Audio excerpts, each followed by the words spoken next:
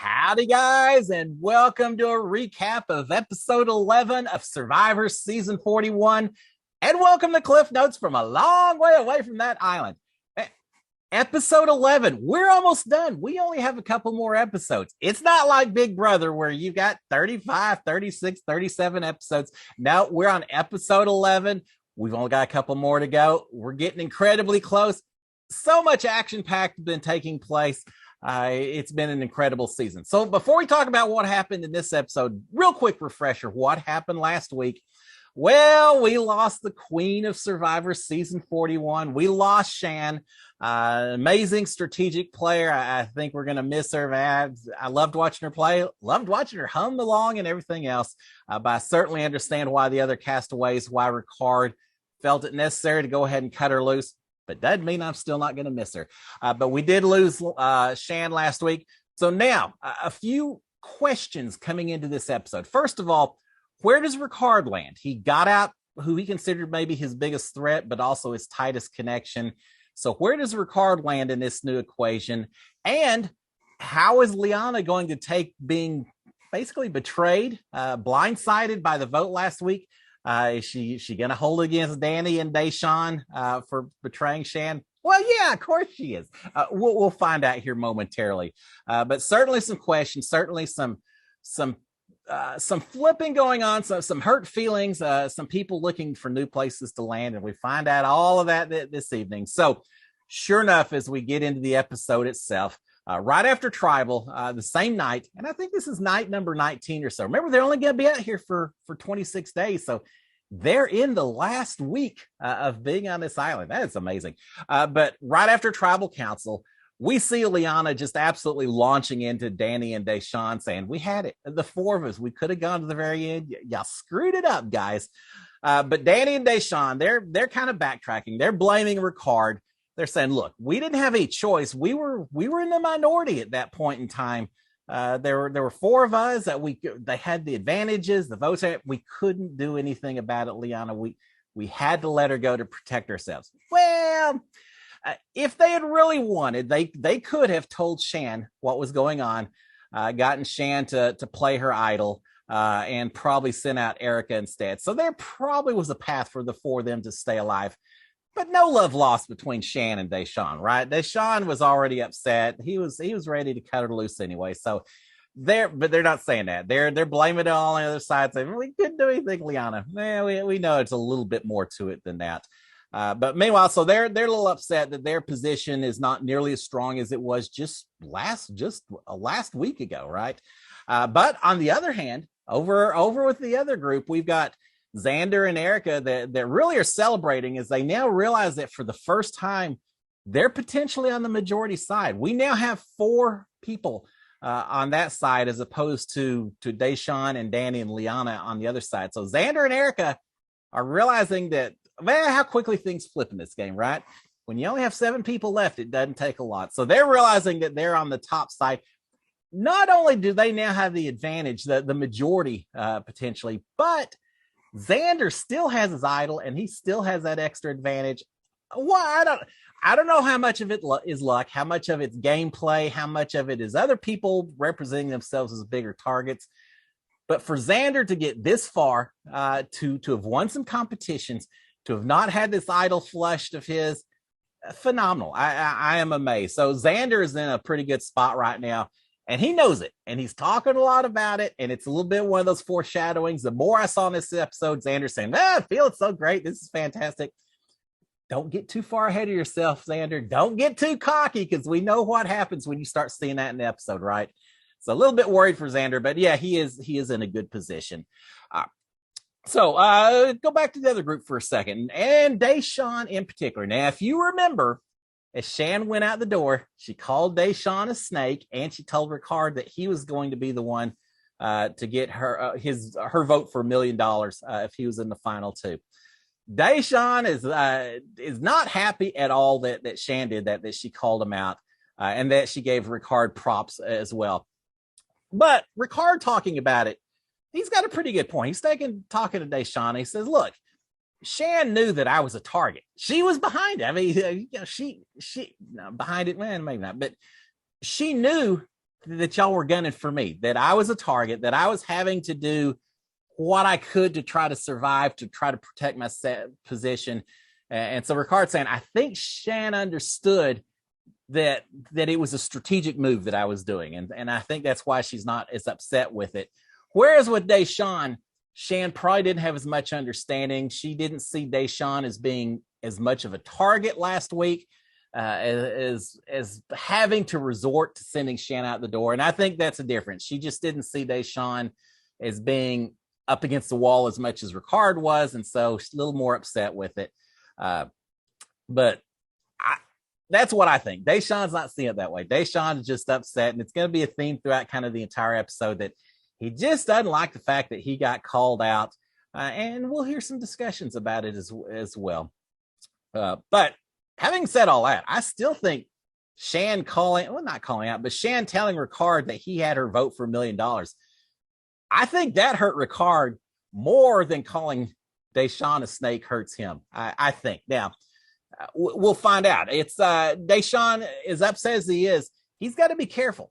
You've got to play this game strategically, logically, and not emotionally. And it just seems like as much, and it could just be the edit we're seeing, but as much as he continues to talk about being called a snake, as much as he talks about complaining about it, you don't want to do anything to make yourself a bigger target than potentially you already are. And talking about it and continuing to tell everyone that, oh, she didn't think I could be trusted, it just didn't seem like to be the best possible thing that she could do.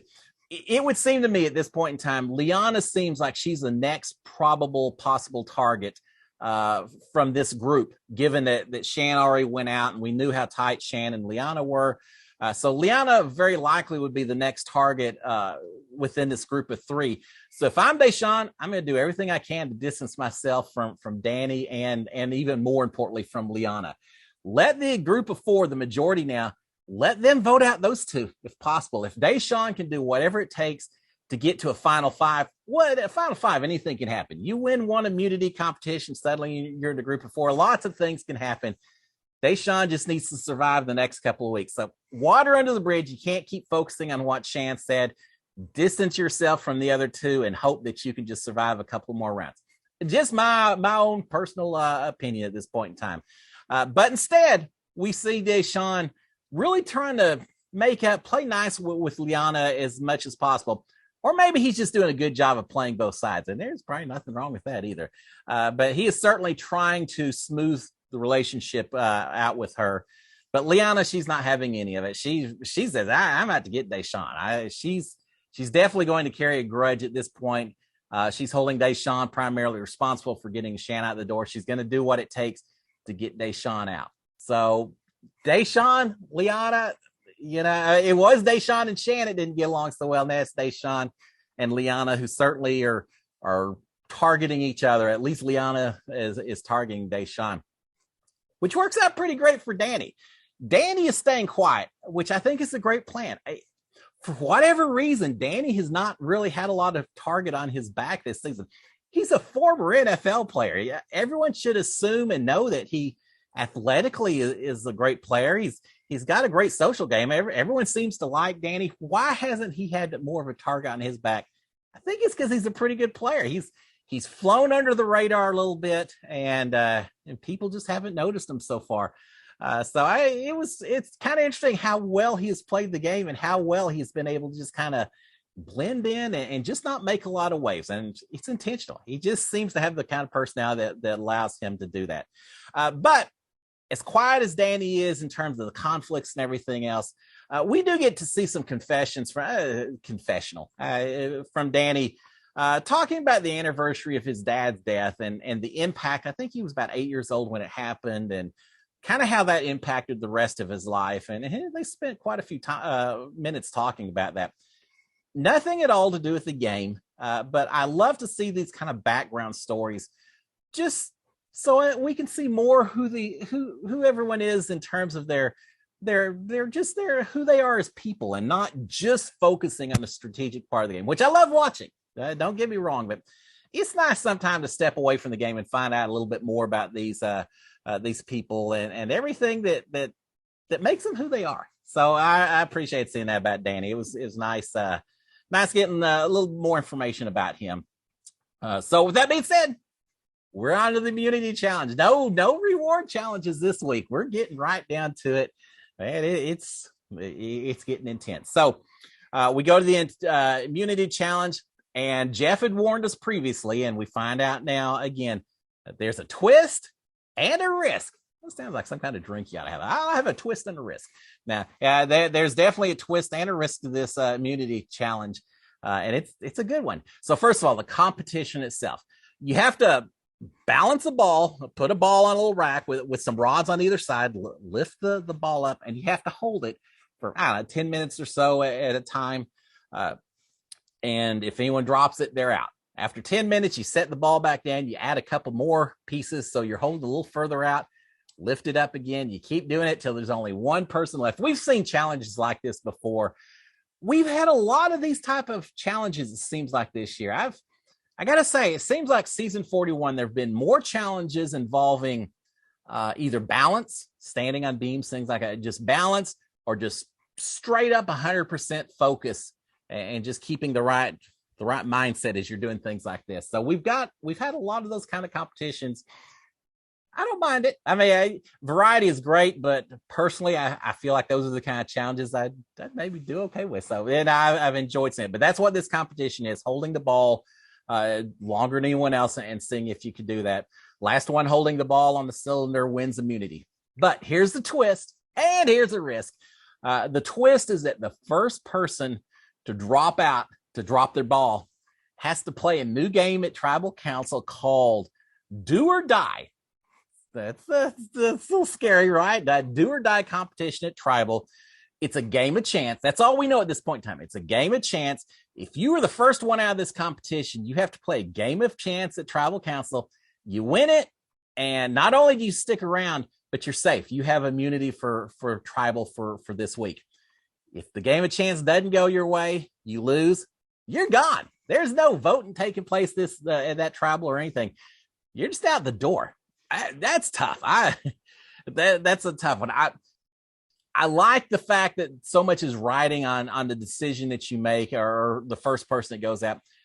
I don't know that I like so much that someone could go home on purely a chance event. Now, I know we see it happen with drawing rocks, things like that sometimes, but I feel like those situations, you've gone through all the tiebreakers. You have to do something that sometimes comes down to chance. This one is just right off the bat a game of chance that you may or may not go home. So certainly there's a lot riding on this particular immunity challenge. But there's one more twist to the event as well. Not only does the first person go home, but every person not go home. Everybody plays the game to see if they go home. Not only does the first person out put their whole game on the line, but every person that's left has to decide if they want to play the game at all or if they just want to sit out. Now, your first thought is, why am I going to risk my game? I think I'll just sit out. But if you sit out, that means you also can't win immunity. There's no way you can win immunity. And a little bit more of an intangible, if you sit out, are you sending the message to everyone else on that tribe that you feel so comfortable, confident, cocky, use whatever word you want. But if you're choosing not to compete, are you sending a message to the rest of the tribe that you may not want to be sending? I don't know. That's what has to be weighed, whether or not you actually want to play in this competition or not. No one gets to watch and see how anyone else decides. It's all done at the same time. I think a red rock or a gray rock, everyone makes their choice, holds their palm out, flips it over, and we find out that of these 7 castaways, we've got 5 castaways that are playing. I love seeing it. I like seeing people who are willing to take a chance. There's only 7 of them left. Go for all the marbles. Give it everything you got. So we've got 5 that are going to compete. Who isn't going to compete? Well, there's 2 of them. 7 minus 5 is 2. Playing is everyone except Liana and Heather. Now, I'm a bit surprised that Liana's not playing. I would think that she would feel after she just lost Shan, after she was the blindside person, she was voting with Shan, everyone else was voting against them. I would think that Liana would feel threatened enough and feel like her game was at risk enough that she would have taken that chance and played in order to try to win that immunity idol, just to protect her game. But she doesn't. She's more comfortable sitting back. Heather, I kind of get a little bit more from Heather's standpoint why she's not playing, because Heather hasn't really shown us this season that she's much of a competition beast. Much of any. She's competed in some challenges. We'll say that, but that's about all that can be said. Heather, competitions aren't her strong suit, so I kind of understand why Heather's not willing to take that chance. Liana surprised me a little bit more. But do you know who else surprised me? Xander. Of all the people who could or couldn't play, the fact that Xander chose to play, little bit of a surprise, because Xander's got a lot more riding on the line than anyone else. If Xander goes out first, he's playing this do or die competition, and suddenly his advantage, his idol, it doesn't help him. I don't think if you play this game that you can use those idols to stay safe or anything else. So for him, he should have felt a little, I don't know, a whole lot more riding on the line. Even if he had set out, he still has the idol to protect him, the extra vote to help protect him. So I was a little bit surprised to see Xander playing, but the way we've seen him play the rest of the season, it probably shouldn't have been a huge surprise. He set out on the challenges to get people rice, even though that was a little bit of a threat to his game. So he's going for it, and I like seeing it for it, but he definitely has a little bit more on the line. So there you go. So now the big competition. Oh man, in Big Brother, sometimes you don't want to be the first person out because it means that you're going to go on slop, right? Now, it's a lot more important in this particular competition. The first person may be going home. And who is that? It's Deshawn. And Deshawn not only goes out, but he goes out after just a few seconds. Very quick. I mean, it seems like they barely pick their poles up and his ball falls off. He's got to be kicking himself, right? He could have just set out if that was the case and been safe, but he didn't do it. He went for it. Now he's the first one out, and his whole game is riding on this evening. It's got to be a long few hours between when this event happens and when they go to tribal, and he's just sitting there wondering if that's it for him. Probably looking around saying, this could be my last day on the island. So Deshawn is out. And again, I'm not sure that I completely like the idea that he potentially is now going home on pure random events, but it is what it is. Expect the unexpected, as we've heard on other shows before, right? Yeah. All right, Erica finally goes out, or goes out soon after, and it comes down to Xander, Ricard, and Danny. Hey, we got some real comp players in there, right? But then we have Ricard and Xander both drop at almost the same time, and Danny has won his first immunity. Danny, who I just got through talking about, has just kind of ridden under the radar and hadn't done a whole lot and everything. Danny's got his first victory, and you can see the smile on his face. It's important. Yeah, strategically, sometimes it may be better to win than other times and all that, but it still makes you feel a lot more value when you've got one of these, when you've got your first competition win under your belt. And Danny's got it. Danny's protected, so Danny's looking pretty good. So what does that mean going into tribal council? Well, if Deshawn's luck of the draw doesn't work the way he wants, he's going home. There's no vote whatsoever. So obviously Deshawn's at risk. If Deshawn survives, it would seem to me at this point in time that Liana is probably the target going home. Danny's safe. So Danny winning really hurts Liana's position. He can't be voted out. If Deshawn wins the luck of the draw, he's safe. Majority of 4, they'll go after Liana, right? Yeah, we think so, but we will find out. Stranger things have happened. And the idea is that could people turn on Ricard? They wanted to get him out last week, but they couldn't do it because he'd won immunity. He doesn't have immunity this week. So would the rest of his new alliance be willing to vote out Ricard? Or could they turn on Xander and try to flush the idol out? Maybe Liana and Danny can convince the rest of Ricard and Xander's group to vote against Xander, to force him to either use his idol, flush it out, surprise him, etc. Yeah, there's some possibilities that you could do something with that. The problem with that, and the reason I didn't really think that was going to happen, was because if Ricard or Xander, either one, goes home, Yeah, Xander, if he goes home, it means his idol's not been used, which helps everyone else. If Ricard goes home, it's a huge threat out of the game. So it's not that people don't want to see the two of them gone, but if either one of those goes home, the remaining three, Heather and Erica, and whoever's left of those two, either Xander or Ricard, those three have lost their majority advantage to Liana, Danny, and Deshawn. And suddenly you got 3 versus 3, which I don't think they want. I don't think they're going to jeopardize that this early just to get out a big target. But who knows? We're going to find out, aren't we? And here's the other thing, too. If Deshawn has a bad draw, if he gets sent home on this game of chance, well, then all the plans go out the window because he goes home, there's no vote. And I wonder, does that discourage everyone else on this tribe from coming up with these wild blindside plans, surprises, conspiring, everything else? Because I know if I was in the position of, say, an Erica, for example, or Heather, so I was someone on this tribe, I would be very nervous about trying to come up with some fantastic plan to send someone out the door. Have Deshawn draw the card that sends them home. So then you don't get a chance to blindside the person you were planning to blindside. And that gives several days for that information to filter back to them. And suddenly now they find out that you were behind it and they're coming after you.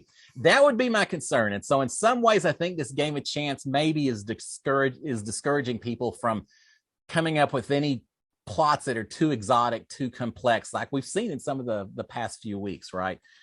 So yeah, I think that slows down some of the wild scenarios because of that. But we do see, sure enough, that Danny wants to go after Ricard if there's a vote tonight. Well, but yeah, of course, Danny and Deshawn and Leon are feeling on the low side, the minority side, and so Danny's pushing to try to get Ricard out if at all possible. But again, is Xander willing to lose his majority by voting out Ricard, no matter how powerful or how big a threat Ricard may be? No, as Xander mentions to the cameras after Danny's conversation with him, he says, "Look, even if Ricard's he's a big threat, but I'll lose my majority, and if Ricard goes home, suddenly I'm the number one target." That's right. Xander wants to use Ricard as a meat shield. Now the key to that, he wants to keep Ricard around a little bit longer and let Ricard be the main target. But if he waits too long, then it's too late and he may not get the opportunity to send Ricard out. So it's kind of a balancing act exactly when that decision needs to be made. But this week, at least, Xander's saying, man, it doesn't help me to send Ricard out the door. So it seems like the writing is on the wall that Liana could be in a little bit of trouble. We will find out. But we do have Erica feeling out Xander on potentially gunning for Ricard. She's suggesting it to him, to Xander. And here's the thing. It may not be Xander's decision to make. Xander's just one of 4 votes on this majority alliance. It only takes 1 vote to flip over to the other side. And suddenly Xander's game's at risk. Ricard's game's at risk. So you got to be a little careful. And who could be that 4th vote for either side? Erica. Erica suddenly is becoming a bit of a swing vote, and Ricard's worried about that. Ricard is worrying that Erica could flip, join Danny, Deshawn, and Liana to vote out Ricard. Now, here's what I think is amazing. We're looking at a scenario where Erica could be working with Deshawn and Danny to vote out someone else. Erica, who Deshawn and Danny were talking about throwing immunity challenges earlier in her season, just so they could get Erica out the door. Suddenly now their game to some degree hinges on getting Erica on board with them. It's amazing the karma that kicks into play sometimes with this game. What's the saying about strange bedfellows and all that? Well, kind of situation here because, now suddenly they are depending on Erica to maybe become that swing vote. But here's the thing. When you're a swing vote, you carry a lot of power, right? But the problem with being a swing vote is it also means that you're probably at the bottom of the totem pole, bottom of the pecking order with either group. Whichever way it goes, you're probably at the bottom. Certainly, I don't know, Heather may be still a little bit lower than Erica, but Erica's not really one of the key. I was going to say not really one of the key players. I take that back because she she's holding the power now, and she's shown that she can work the strategy to protect herself and to make some moves. So we'll find out. With that being said, let's talk about Tribal Council. We get to Tribal Council. There's some talk about why Liana and Heather didn't choose to compete. And I think Liana said, I just haven't shown that I'm a comp beast, and I didn't feel like I could do it. Fair enough. I suppose. I still think it would have been worth the risk, but she says that. Heather, I don't think the jury liked hearing Heather say, well, all the people that I could beat in this competition are already sitting over there on jury. So it just didn't seem like the best decision for me. I don't think the jury people are convinced that Heather is the comp beast compared to all of them that are sitting over there. They kind of had some funny looks, and I would be too. But that was Heather's explanation of why she didn't do it, because all the people that she could beat, they're already over there. Okay. All right, Heather. It could be. I mean, the key is Heather didn't think that she could beat the people that were still on the tribe itself, and I kind of understand that. All right, we do learn. We've talked a lot. There's been quite a few twists. Some twists work better than others. One of the ones that didn't work at all well this season was a scroll. Reading the scroll to see 1 in 6 chance, we find out one player that's still on tribe has a scroll that grants them automatic immunity. If you read it, you get immunity. But if you read your scroll and it's not that golden ticket type scroll, then you not only aren't safe, but you also lose your vote. We've only seen the scroll used once this season. Well, it turns out that this week is the last week that these scrolls are going to be used. So this is the last opportunity for someone to read it. Is someone going to use it? We'll check in just a second. We've got that. But before that, we've got a little bit of a conversation. In fact, I think it's a little before tribal. In fact, I'm getting ahead of myself. We've got Deshawn talking. Deshawn is feeling stressed about, well, no, I guess it is during tribal. Yeah, I'm sorry. Keep all my notes in order. We got Deshawn talking about feeling so stressed about the fact he's trying to win the game. He's trying to retain his integrity, who he is as a person, and he's trying to represent as a Black person. He knows that there's a lot of extra weight on him because of that within the game of Survivor. So he's trying to balance these 3 different kind of demands on him. Win the game, the integrity of who you are, and representing a community, all 3. And he's talking about the stress that those are weighing on him, that they don't always work well with each other. They don't necessarily sometimes you have to choose here and there. Now, obviously, I can't comment as much on the Black community, a person of color, and the extra pressure he feels because of that. But I can certainly relate to the idea of wanting to win the game, but also trying to remain who you are as much as possible and retain your character and your integrity. And yes, I know everyone says at the end, it's just a game. Backstab, lie, betray, do whatever you have to do to win the money.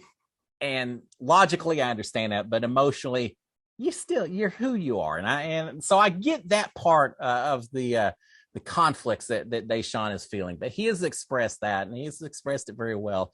And Liana comes in and follows up talking about more, again, the stresses, especially of representing the Black community, the extra pressures on her as a result. And talks about that a little bit, as does Danny as well. And it's very, very from the heart. I mean, you can tell that this is truly something that they've spent a lot of time thinking about, that a lot of people have. And we see Xander and Heather then follow up, acknowledging the extra burden that they're feeling. Xander seems like he's understood it. Heather maybe is just now kind of catching on some of the extra that they've got. That was a very, very emotional, very deep conversation, which we don't want to, I mean, it's good. I think it's important to see that little bit of the conversation as well, and understand that sometimes it's more than just the game. There's a lot of things that you carry into this game as well that you have to deal with, whether it's Big Brother, Survivor, any game. So it's very nice watching, and it's it really, I don't know, it just as before with Danny talking, it just helps us get to know these players that much more and understand what all is going through their head, and all the different things that they're having to face as they make these billion-dollar decisions at the end of the day, right? All right, so with all that being said, let's talk about what actually happens in terms of this do or die competition. I'm Deshaun. I don't even like the name of that. Turns out there's 3 boxes that Jeff's got in front of him. Inside one box, I think it's a fire token or something, but the main thing, inside one box is safety. Inside the other 2 boxes are death, are going home. Wow. That's a 1 in 3 chance that you're going to survive. Now, who likes those odds? I don't. A 1 in 3 chance, it seems like that you're going to be able to survive. But as we're going to find out in just a second, it's not actually 1 in 3. It's a 2 in 3 chance that you can survive. And yeah, I know that doesn't make sense, but we'll talk about it. So here's how it works. Deshaun picks a box. He doesn't open it. He just picks the box that he thinks has the safety in it. And of course, that leaves 2 boxes behind. Jeff says, well, I'll tell you what, I'm going to open up one of these boxes. And he opens up one of the other boxes. And of course, it's a skull. We are assuming that Jeff knows which box has safety. He's got it, right? You don't want to open up the box that has safety and say, well, I guess you picked wrong, so you're out of here. Now, Jeff knows which box has safety. So after Deshaun has made his pick, Jeff opens up the one of the 2 remaining boxes that has the death marker in it and says, all right, well, I'm glad you didn't pick this one, Deshaun, because if you had, you would have gone home. So now there's only 2 boxes left, the one Deshaun picked and the one that Jeff still has in front of him.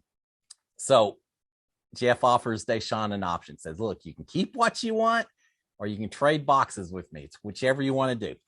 It seems like this is a 50-50 decision, right? Yeah, not really. It's actually not a 50-50 decision. This is called the Monty Hall problem from an old logic puzzle I have 15, 20 years ago. Y'all remember Monty Hall from Let's Make a Deal, right? The 3 doors, you pick one door and it's the grand prize. Other doors, there's a goat behind the door, an old guy in a wash tub that you win an oak barrel, things like that. It goes back to that game show of if Monty Hall, if the host of this show, if you've picked your door and he says, do you want this one or do you want the other one? Which do you do? And that's what we're facing here. And as I said, it's not a 50-50 solution. And it's because of this. If there's 3 boxes, and I'm going to go fast with the explanation. If there's 3 boxes and you pick one, you've got a 1 in 3 chance of winning safety, right? Which means that there's a 2 in 3 chance that one of those other 2 boxes that you didn't pick is the one that has the safety in it. Now, once you've picked your box, Jeff isn't going to open up the box that has the safety in it. He's going to open up the box that doesn't have safety in it. So now, even though there's only 2 boxes, you can either go with the one box that you picked, which was a 1 in 3 chance, or go with the other box, which represents a 2 in 3 chance. Now, just to make it a little bit easier to understand, instead of 3 boxes, let's assume there were 20 boxes. And Jeff said, all right, one of these 20 boxes has safety in it. Pick it and you're safe. But if you don't, then you're going home. What are your chances that you're going to pick that one box out of 20 and survive? Well, not very good. It turns out it's a 5% chance. So everyone, I think, understands that if you have to pick that one box out of 20, your odds are very low. But once you pick a box, if Jeff then says, okay, there's 19 boxes left, I'm going to open up 18 of them that don't have safety in it. And he goes, yep, dead. Finally gets down to a single box and says, okay, either your box has safety or this box has safety in it. Well, which one are you going to choose in that situation? We already talked about your box. You only had a 1 in 20 chance.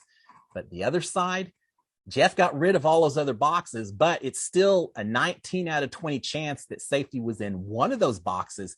And just because Jeff's opened up the other 18, which he already knew didn't have safety, it still means there's one box there and there's 19 out of 20 chance that it's a safety box. So as it turns out, the best thing that Deshaun could do at this point is say, yeah, Jeff, I think I'm going to switch. I'm going to take the other box over here because it gives him a 2 in 3 chance of having safety.